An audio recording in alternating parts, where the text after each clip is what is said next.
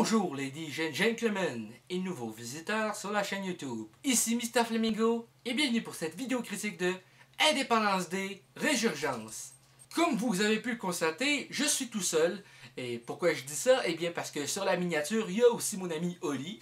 C'est tout simplement parce qu'on est allé voir le film ensemble et on avait prévu faire la critique en duo. Sauf qu'il y a eu un petit contretemps personnel, donc il est retourné chez lui, parce qu'il est resté chez nous une couple de jours. Et finalement, je fais la critique tout seul. Mais quand on est allé le voir hier soir, on s'est dit un peu ce qu'on avait pensé du film. Puis, dans le fond, je vais vous dire ce qu'il m'a dit qu'il a pensé du film. Il a trouvé le film fantastique. Sérieusement, il m'a même dit en joke, on va-tu le revoir? T'sais, je pense que c'est bon signe. Je pense qu'on est, moi et Oli, on a été d'accord sur le même point. Il était meilleur que le premier. Extrêmement divertissant. On n'a pas trouvé aucune longueur dans le film. Sérieusement, il aurait pu durer encore plus longtemps et ça aurait été encore mieux. Il dure 2 heures, ok? Mais il aurait pu facilement durer 2 heures et demie pour avoir un peu plus de... comment dire? D'histoire approfondie sur les personnages. Mais sinon, c'était juste excellent. Bon, un petit truc qui m'a dérangé avec le film, c'est les critiques que le film a reçues. Sur Cinoche.com, le film a eu 2 étoiles sur 5.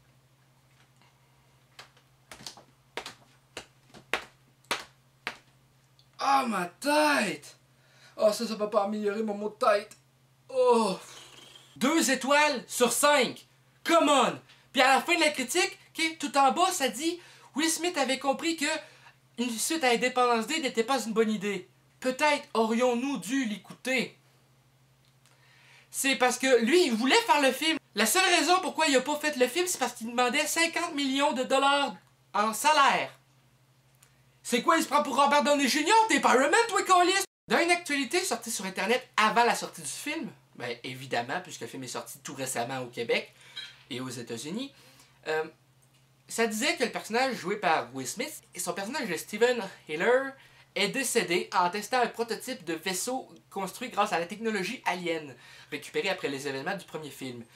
Le problème que j'ai vraiment avec le film, c'est juste les critiques qu'il a reçues.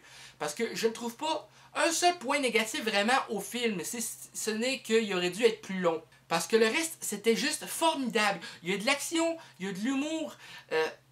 C'est drôle ça, l'humour d'un film d'action. Ça nous permet lors de moments stressants, de nous décompresser un petit peu. Le film, juste les moments d'humour, ça permet de nous détendre. Parce que le film est quand même assez angoissant avec les aliens qui veulent envahir la Terre une nouvelle fois. Donc, l'humour permet de vraiment décompresser sur la pression qu'on a en tant que spectateur, parce qu'on se dit, ils vont tous s'en tirer, ils vont tous s'en tirer. Pour bien entendu, moi, en lisant la critique de Madame Isabelle Lepage-Boily, eh bien, elle a spoilé la fin! J'ai été spoilé par Madame Isabelle Lepage-Boily. Pourquoi? Parce qu'elle a spoilé la fin dans la critique.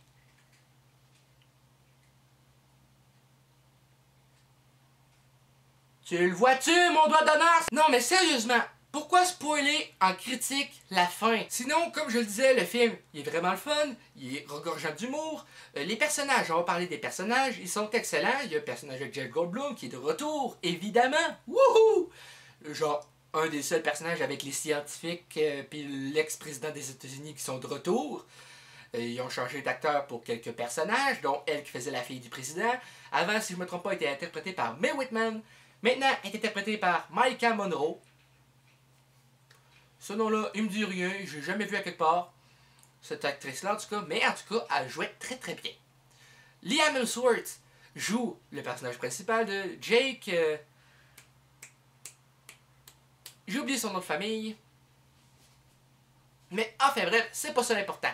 Son personnage est excellent, c'est le personnage principal, évidemment.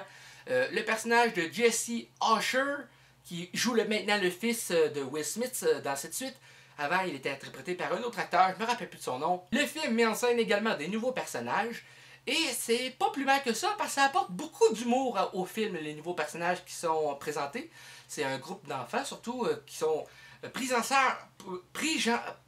charge par lui qui fait le père de Jeff Goldblum dans le film. Il ressemble à Robert De Niro, mais je sais que c'est pas lui, là. Mais je suis surtout laissé savoir par sa voix, son doubleur québécois, qui est Jean-Marie Moncelet, qui fait normalement la voix de Robert De Niro dans la plupart des films. C'était drôle ce bonhomme-là dans le film. Là. C'était juste excellent. Ça met vraiment de l'humour, ça donc nous détend. Là. Ça nous détend à tel point que ça reste pas juste un film d'action, c'est un putain de chef-d'œuvre. Sérieusement, l'histoire, les personnages, les acteurs, tout est excellent dans ce film. Je trouve rien à reprocher, je me suis pas emmerdé une seule fois. Et ça, c'est très positif, parce que si je m'emmerde pendant un film, ben, c'est mauvais signe. Bravo, Captain Obvious! Donc, ça va être tout pour cette critique de Indépendance Day, Résurgence. Sur ce, j'espère que ça vous a plu. N'hésitez pas à partager la vidéo sur tous les réseaux sociaux, me suivre sur Facebook et Twitter, lien dans la description. Et aussi, vous pouvez commenter la vidéo avec un commentaire respectueux, s'il vous plaît. Sinon, il y a de fortes chances que vous passiez dans un Flamingo répond. Ensuite de ça, vous pouvez aussi liker la vidéo en donnant un pouce bleu, ben gras, comme le PFK. Et sur ce, ça va être tout pour l'instant. C'était Mr. Flamingo qui vous dit bye bye!